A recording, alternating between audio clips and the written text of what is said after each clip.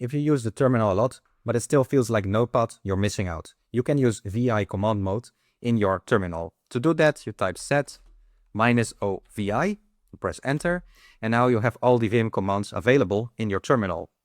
So this single command here, it enabled Vim mode or VI mode in your terminal.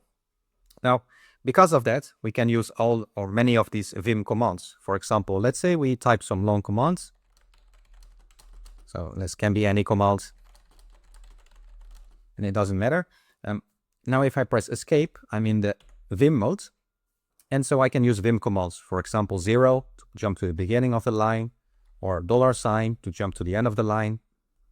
I can move around just like in Vim. If I press the B key, you see it jumps one word backwards, and I can keep pressing this to move backwards, or W to move forward. Now this doesn't have to be a single jump. For example, we can jump 3 words, 3B, moves 3 words backwards, or 3B again.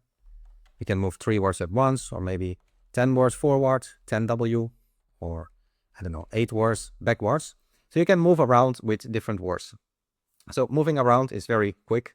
We can also delete things. For example, delete words. We would simply type escape DW, and it deletes the words. Now we can repeat this.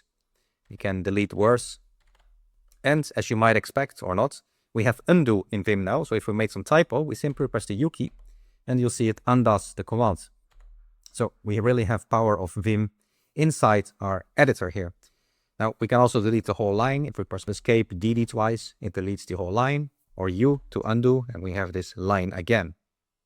So for example, let's say there is some typo here, and this could be. Now we can jump backwards and fix the typo, and you'll see we can now fix it and delete that one, and it is restored. So we have this Vim mode. We can jump around quickly. We can jump to the beginning of the line, the end of the line. We can also append directly. So I could press capital A. We can start typing here. And we can jump backwards and forwards. If we delete something, say we delete this word, we can undo. So we really have the power of Vim now in our command line. And this can save you a lot of time in the long term. All those times when you have to retype the whole thing and you're doing this kind of Notepad way, you can actually use this VI mode, and it will save you a lot of time. So if you use Vim, your shell should be like Vim 2. And if you try this for a day, you'll maybe save a lot of time in your day and feel more productive.